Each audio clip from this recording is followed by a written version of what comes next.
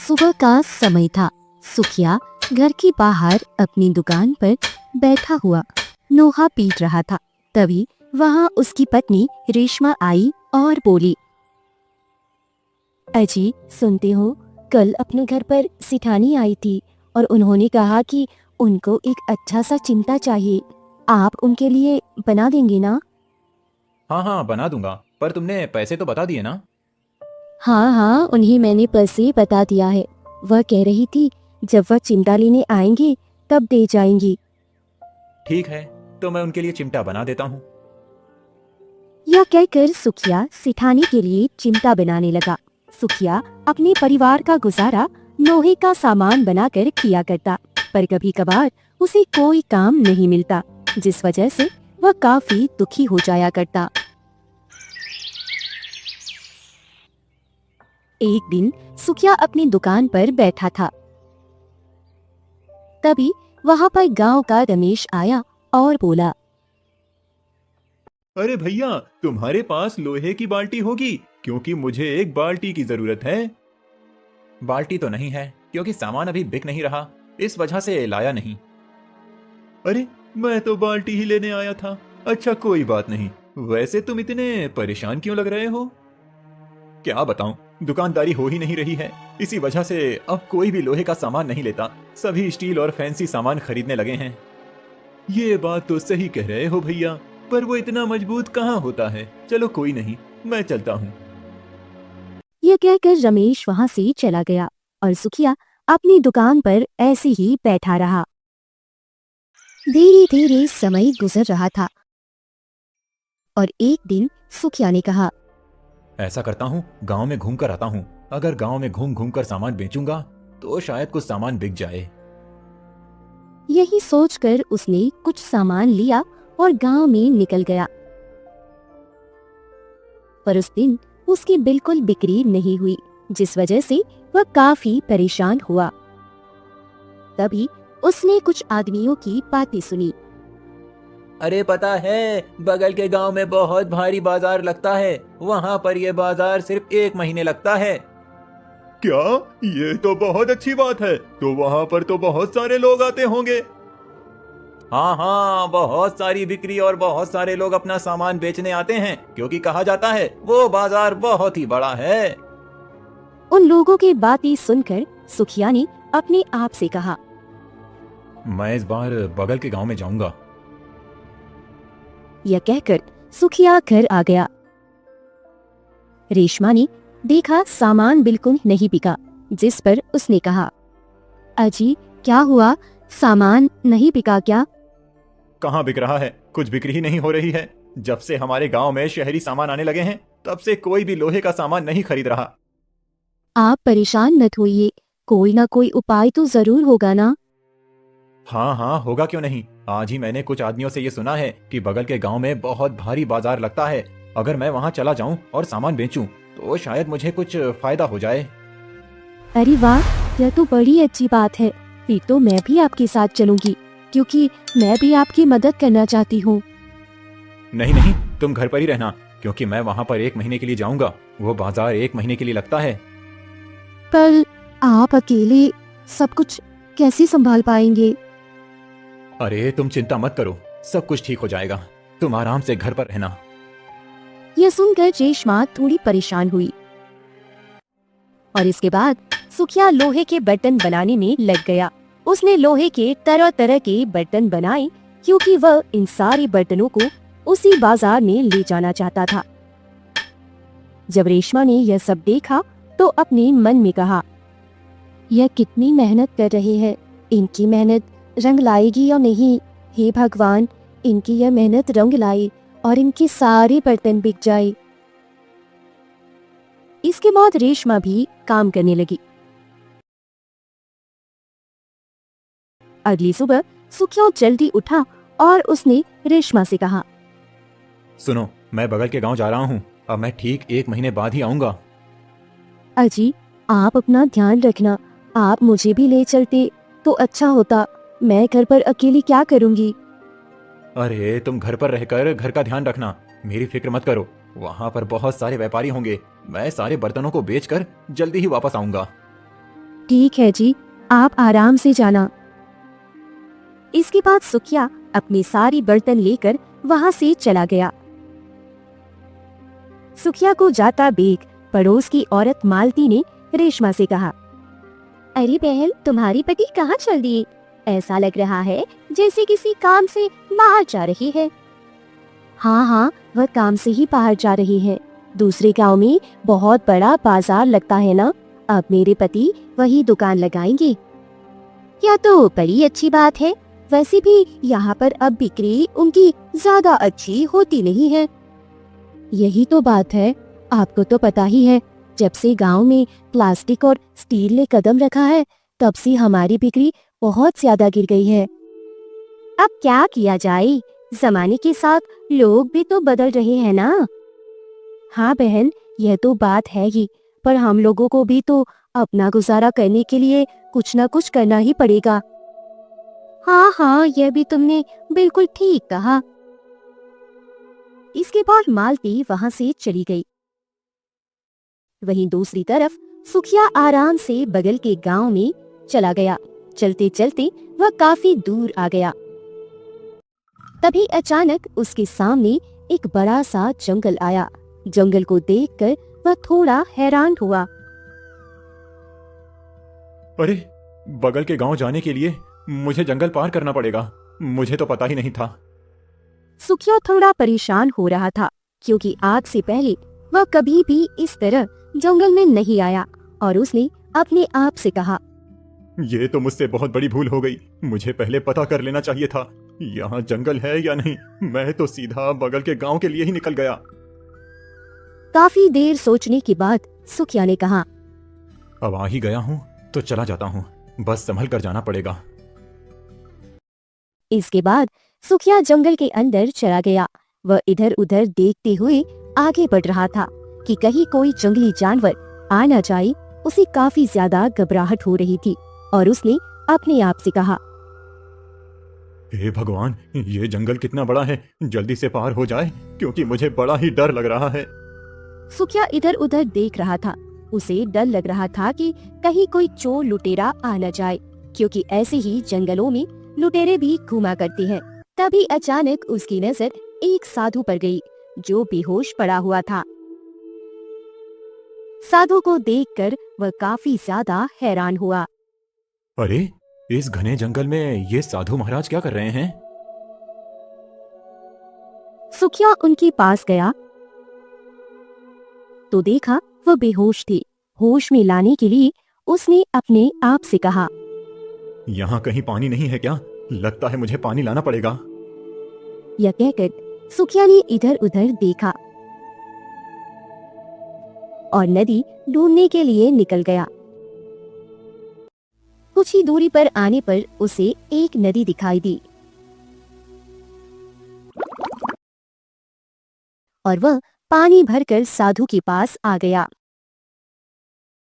और साधु के मुंह पर पानी की छींटे मारी, जिससे साधु को होश आया। सुखिया को देखकर साधु बड़ा हैरान हुआ और बोला, तुम यहाँ पर क्या कर रहे हो और मुझे क्या हो गया था? साधु महाराज, आप मुझे बेहोश मिले। मैंने तो बस आपको होश में लाया है। अच्छा अच्छा, तो ऐसी बात है। लगता है मैं तपस्या करते हुए बेहोश हो गया था। वैसे तुम तो देखने में... हाँ हाँ, मैं एक लोहार हूँ जो सामान बेचने बगल के गांव जा रहा था। अच्छा अच्छा, तुम्हारा बहुत बहुत धन्यवाद जो तुमने मेरी मदद की। तुम्हारी सभी मनोकामनाएं पूरी हों। यह सुनकर सुखिया काफी खुश हुआ और वहां से चला गया। अभी वह आराम से जा ही रहा था, तभी उसे ऐसा लगा जैसे उसके पीछे पीछे कोई आ रहा हो। सुखिया काफी ज्यादा घबरा गया। मुझे ऐसा लग रहा है जैसे कोई मेरा पीछा कर रहा हो। सुखिया को कुछ समझ नहीं आ रहा था। तभी अचानक अपने सामने साधु को देखकर सुखिया काफी हैरान हुआ। अरे, आप यहाँ? पर आप तो कुछ देर पहले वहाँ थे ना? यह सुनकर साधु काफी ज्यादा हैरान हुआ और बोला, ये तुम क्या कह रहे हो? मैं तो अभी गांव से आ रहा हूँ। क्या? पर यह कैसे हो सकता है? अभी तो आप मुझे बेहोश मिले थे, मैंने आपको होश में लाया था। यह सब सुनकर साधु मुस्कुराया और बोला, वो मैं नहीं, बल्कि इस मायावी जंगल में रहने वाली चुड़ैल थी। क्या? चुड़ैल? ये आप क्या कह रहे हैं? हाँ हाँ, मैं बिल्कुल ठीक कह रहा हूँ। जो कोई भी इस जंगल से निकलता है, उसे वो किसी न किसी तरह अपने वश में करके बहला लेती है और सारा सामान ले लेती है। उसने तुमसे क्या लिया? पर उसने तो मुझसे कुछ नहीं लिया, ना ही मेरे साथ कुछ किया। यह सुनकर साधु मुस्कुराया और जब उसने उसके सामान की तरफ देखा तो कहा, तुम गलत हो। उसने तुम्हारा सारा सामान मिट्टी का बना दिया है, देख लो।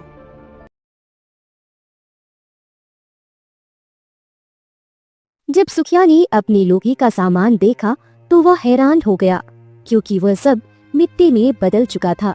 यह सब देखकर सुखिया काफी ज्यादा दुखी हो गया और उसने अपने आप से कहा, हे भगवान, ये क्या हो गया? मेरा सामान मिट्टी का कैसे बन गया? अब मैं बाजार में क्या बेचूंगा?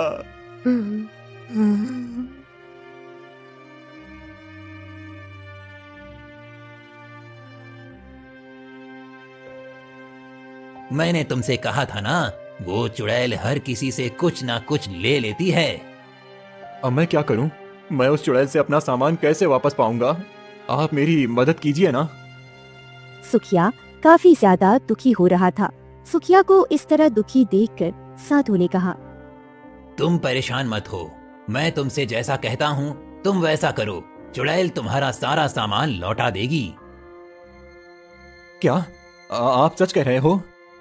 हाँ हाँ, मैं बिल्कुल सच कह रहा हूँ। यह कहकर साधु ने उसे एक उपाय बताया, जिसे सुनकर सुखिया पहले तो डर गया और बोला, नहीं नहीं, इसमें तो जान का खतरा है। अगर उसने जान लिया तो? अरे नहीं, वो कुछ भी नहीं करेगी, क्योंकि मैंने कई सारे लोगों को उसके चंगुल से छुड़ाया है। तुम भी बच जाओगे और अपना सामान भी ले जाओगे। यह सुनकर सुखिया काफी देर सोच में पड़ गया और फिर उसने कहा, ठीक है, मुझे मंजूर है। इसके बाद वह साधु के साथ उसी पेड़ के नीचे आ गया। पेड़ के नीचे आने के बाद सुखिया ने कहा, यहीं मुझे वो बहरूपिया चुड़ैल मिली थी। अच्छा अच्छा, तो यहीं मिली थी। अक्सर वो यहीं सभी को मिलती है। तुम ऐसा करो, यहाँ से कुछ दूरी पर एक गुफा है, वहाँ जाओ। क्या आप मेरे साथ नहीं चलेंगे? नहीं नहीं, तुम्हें अपना काम खुद ही करना पड़ेगा। यह सुनकर सुखिया उसी गुफा की तरफ चला गया, क्योंकि उसके सारे लोहे के बर्तन मिट्टी में बदल चुके थे, जो उसके किसी काम के नहीं थे। वहीं दूसरी तरफ रेशमा काफी ज्यादा परेशान थी, क्योंकि अब उसका घर में मन नहीं लग रहा था। तभी वहां पर गांव की सेठानी आई और उन्होंने रेशमा को परेशान देखा तो पूछा, क्या हुआ रेशमा, तुम इतनी परेशान क्यों लग रही हो? अरे आप यहाँ पर सेठानी जी? अरे हाँ हाँ, मैं तो तुम्हारे पति सुखिया से मिलने आई थी। पर क्यों, आपको क्या कुछ काम था उनसे? हाँ हाँ, मुझे उनसे कुछ सामान बनवाना था। कहाँ है? वह दिखाई नहीं दे रहे और दुकान भी बंद है। वह तो बगल के गांव चली गई सामान बेचने के लिए। क्या, बगल के गांव? पर क्यों? क्योंकि आपको तो पता ही है, यहाँ पर अब दुकानदारी अच्छी नहीं होती। इसी वजह से ना ही यहाँ पर कोई लोहे की बर्तन बनवाता है और ना ही खरीदता है। हाँ, बात तो तुम्हारी सही है। मैं तो इसलिए आई थी, मैंने सोचा सुखिया घर पर ही होगा तो मिल लेती हूँ, पर वो तो घर पर नहीं है, इसीलिए तुम इतनी परेशान हो ना? हाँ हाँ, क्योंकि अब मुझे घर पर बिल्कुल भी अच्छा नहीं लग रहा है। अरे तुम परेशान मत हो, वह जल्दी ही लौट आएगा। जब वह लौट आए तो उसे मेरे पास भेज देना, ठीक है? हाँ हाँ ठीक है, मैं आपके पास भेज दूंगी। इसके बाद सेठानी वहां से चली गई और रेशमा ने अपने आप से कहा, पता नहीं भगवान भी कैसे दिन दिखा रहे हैं। जब तक वह यहाँ थे तब तक कोई काम नहीं आया और अब सेठानी जी को भी एकदम से काम आ गया। पता नहीं वह बगल के गांव पहुंचे भी होंगे या नहीं।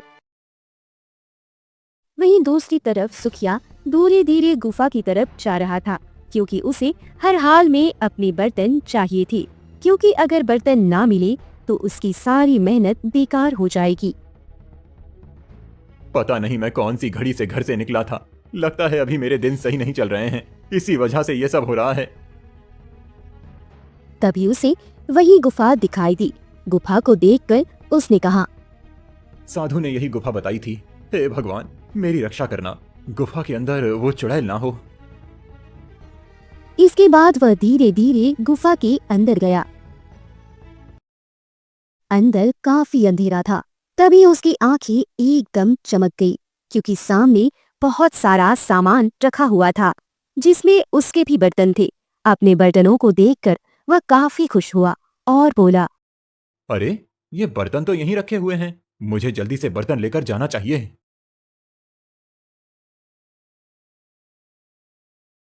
यह क्या कर सुखिया अपने लोहे के बर्तनों को निकालने लगा। तभी अचानक पीछे से चुड़ैल आई और बोली, मेरी इजाजत के बिना तुम यहाँ से कुछ नहीं ले जा सकते, यह मेरा सामान है। चुड़ैल की आवाज सुनकर सुखिया पूरी तरह घबरा गया, और जब उसने पीछे मुड़कर देखा तो वहाँ पर वही चुड़ैल थी। और चुड़ैल ने कहा, अच्छा, तो तुम्हें पता लग गया था कि मैं एक चुड़ैल हूँ, इसीलिए तुम यहाँ आए हो ना? हाँ हाँ, तुमने मेरे साथ अच्छा नहीं किया। तुमने मुझे धोखे से छला है। मेरा सामान मुझे वापस कर दो। नहीं नहीं, अब यह सारा सामान मेरा हो गया है। नहीं नहीं, ये सामान मेरा है। तुम्हें पता भी है मैंने कितनी मेहनत से ये बनाया है। मैं इसे बाजार बेचने जा रहा हूँ। मेरा सामान मुझे वापस दे दो। एक बार मना कर दिया ना, अब यह सारा सामान मेरा है। एक बार मैं जो ले लेती हूँ वह कभी भी मैं वापस नहीं देती। यह सुनकर सुखिया काफी ज्यादा परेशान हुआ। उसे समझ ही नहीं आ रहा था कि वह क्या करे। सुखिया को इस तरह परेशान देखकर चुड़ैल थोड़ा सोच में पड़ गई और उसने कहा, ठीक है, मेरी एक शर्त है, मैं तुम्हें तुम्हारे बर्तन वापस दे दूंगी। यह सुनकर सुखिया थोड़ा हैरान हुआ और बोला, क्या है तुम्हारी शर्त? पहले तुम अपनी शर्त बताओ। यहाँ से कुछ ही दूरी पर एक बहुत विशाल पेड़ खड़ा है, जिस पर एक जादुई फल लगा है। अगर तुम वह जादुई फल ले आओ तो मैं तुम्हें तुम्हारे बर्तन लौटा दूंगी। क्या जादुई फल? पर तुम खुद भी तो ला सकती हो ना? नहीं नहीं, मैं उसे नहीं ला सकती, क्योंकि मैं एक चुड़ैल हूँ। उसे सिर्फ वही ला सकता है जिसकी आत्मा पवित्र हो।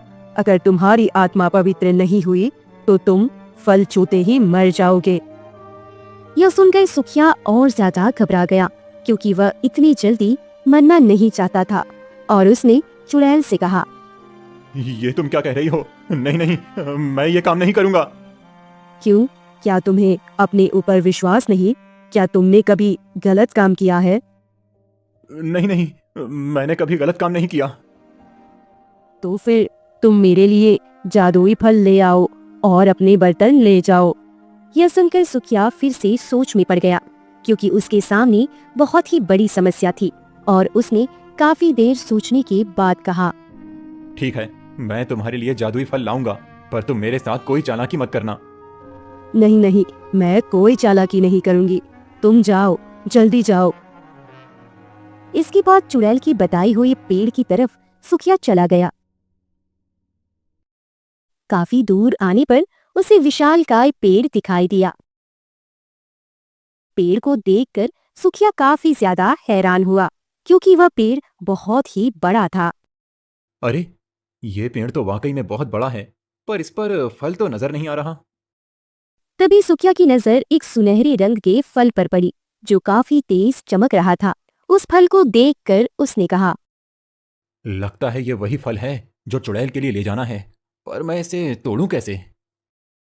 सुखिया को कुछ समझ नहीं आ रहा था वह क्या करे। वह काफी देर तक उसी पेड़ के पास खड़ा रहा। तभी वहां एक हिरन आया। हिरन को देखकर सुखिया काफी ज्यादा हैरान हुआ। वही हिरन ने सुखिया को देखकर कहा, क्या तुम ये जादुई फल लेने आए हो? हिरन को बोलता देख सुखिया काफी ज्यादा घबरा गया और बोला, तुम बोल कैसे सकते हो? ये मायावी जंगल है, यहाँ सब कुछ हो सकता है। यह सुनकर सुखिया ने कहा, हाँ हाँ, मैं जादुई फल लेने आया हूँ। ठीक है, ले जाओ। अगर तुम्हारा दिल सच्चा होगा तो तुम्हें ये जादुई फल मिल जाएगा। अपने दोनों हाथ फैलाओ और कहो, हे जादुई फल, मेरे पास आ जाओ। ये सुनकर सुखिया ने वैसा ही किया। सुखिया को अंदर ही अंदर काफी डर लग रहा था और उसने भगवान से प्रार्थना करते हुए कहा, हे भगवान, मैं ये सब अपने परिवार का गुजारा करने के लिए कर रहा हूँ। मुझे ये जादुई फल मिल जाए। इसके बाद सुखिया ने हाथ फैलाया और कहा, हे जादुई फल, मेरे पास आओ। यह कहते ही वह जादुई फल सुखिया के पास आ गया और सुखिया काफी ज्यादा खुश हो गया। जिस पर हिरण ने कहा, तुम तो बहुत ही नेक इंसान हो, तुम इस जादुई फल को ले जा सकते हो। इसके बाद सुखिया उस फल को चुड़ैल के पास ले आया।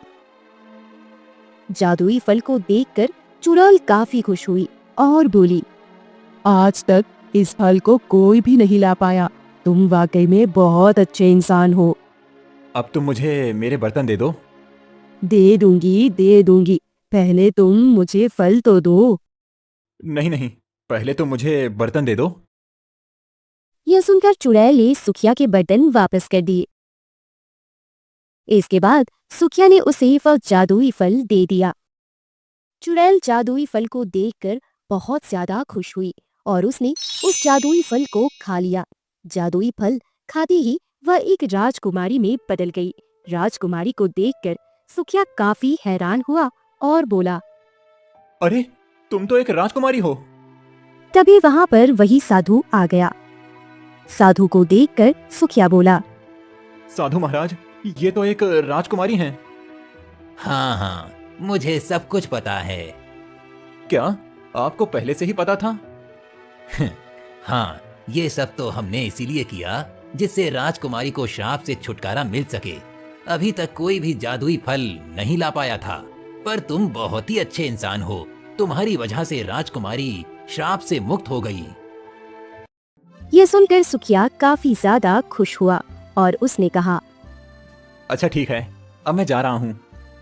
जिस पर राजकुमारी ने सुखिया को रोका और कहा, तुम कहाँ जा रही हो? अपना इनाम तो लेते जाओ। तुमने मुझे बचाया है, तुम इस तरह नहीं जा सकते। नहीं नहीं, मुझे आपसे कुछ नहीं चाहिए। और यह कहकर सुखिया वहाँ से चला गया। जिस पर राजकुमारी और साधु काफी खुश हुए। सुखिया उसी गांव में आया। उसने देखा बाजार शुरू हो चुका था। बाजार को देखकर उसने अपने आप से कहा, ये तो बहुत ही भारी बाजार है। चलो, मैं भी अपना सामान यहीं रख लेता हूँ। यह कहकर उसने अपना सामान रखा और बेचना शुरू कर दिया। थोड़ी ही देर में उसका सारा सामान बिक गया। लोहे के बर्तन बिक जाने के बाद वह काफी खुश हुआ और बोला, अरे वाह, यहाँ तो मेरे सारे बर्तन बिक गए। अब मैं क्या करूँ, क्योंकि आज ही सारे बर्तन बिक गए। सुखिया अभी यह सब सोच ही रहा था, तभी वहाँ पर एक सैनिक आया और बोला, तुम्हें हमारे महाराज बुला रहे हैं। क्या महाराज? पर मैंने क्या किया? मुझे नहीं पता, महाराज ने तुम्हें बुलाया है, जल्दी करो। यह सुनकर सुखिया काफी ज्यादा हैरान हुआ। वह डरने लगा कि कहीं महाराज उसे कोई सजा ना दे दे, क्योंकि वह बिना पूछे गांव में आया। और वह डरता हुआ महल गया।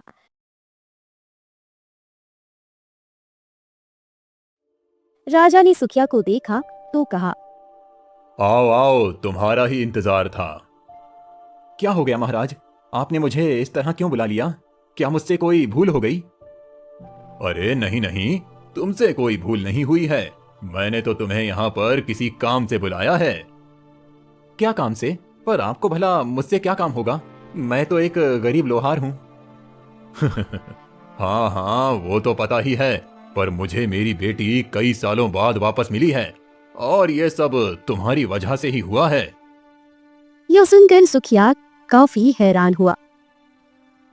तभी वहां वही राजकुमारी आ गई।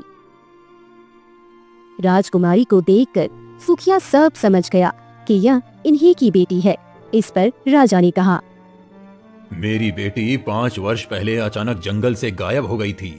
हमने इसे बहुत ढूंढा पर ये हमें कहीं नहीं मिली।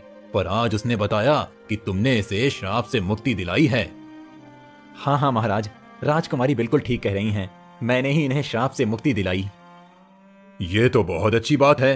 मैं चाहता हूँ आज से तुम मेरे लिए काम करो।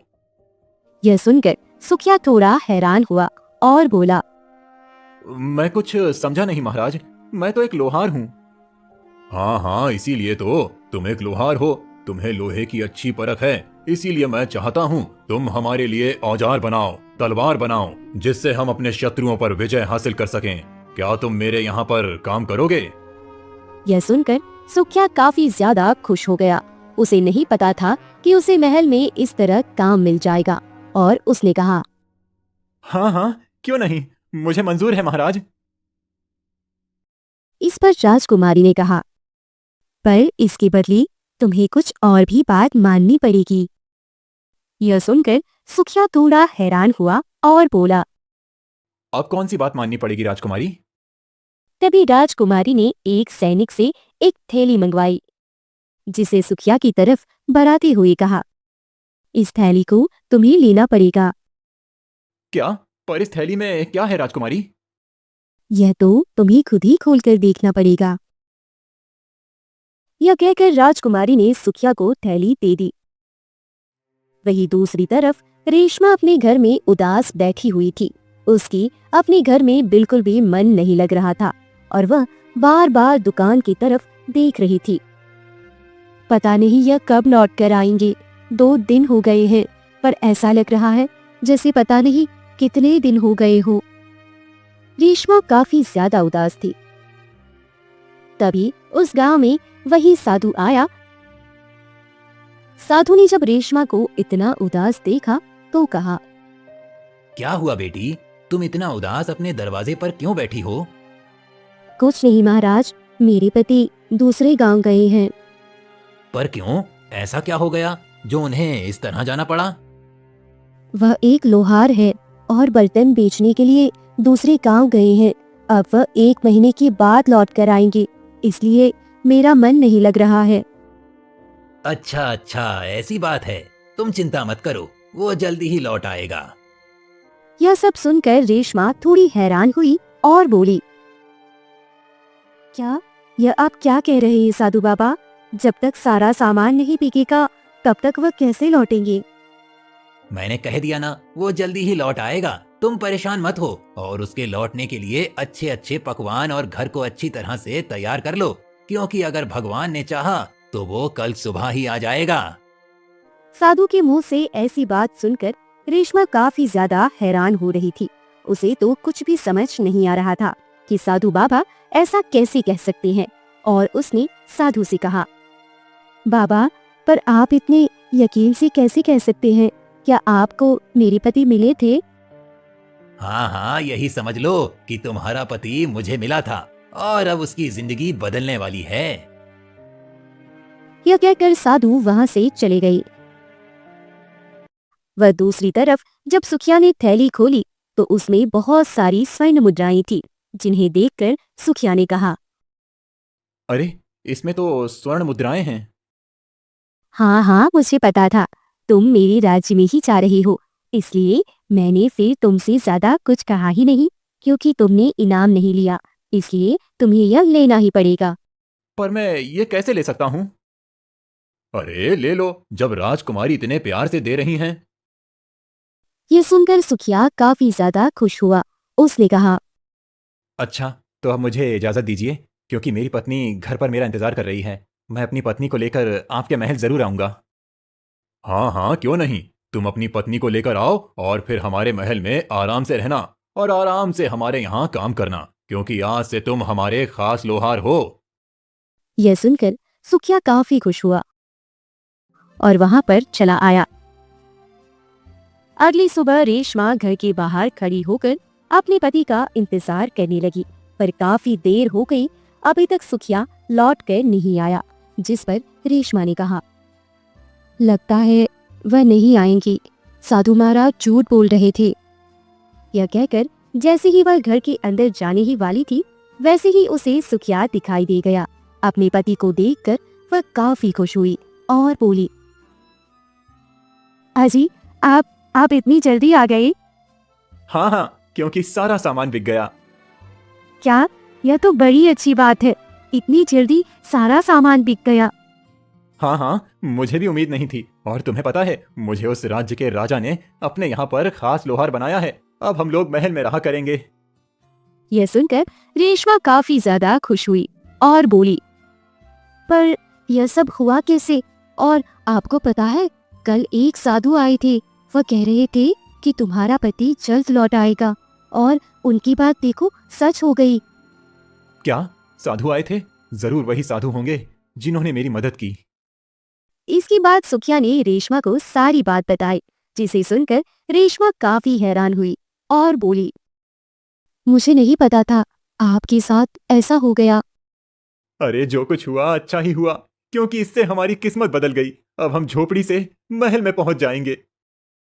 यह सुनकर रेशमा काफी ज्यादा खुश हुई और इसके बाद वह लोग आराम से महल में रहने लगे। अब सुखिया राजा के लिए काम किया करता था, उनके लिए औजार बनाता था। वही रेशमा वहां पर आराम से रहती थी और अब वह लोग बहुत खुश थे।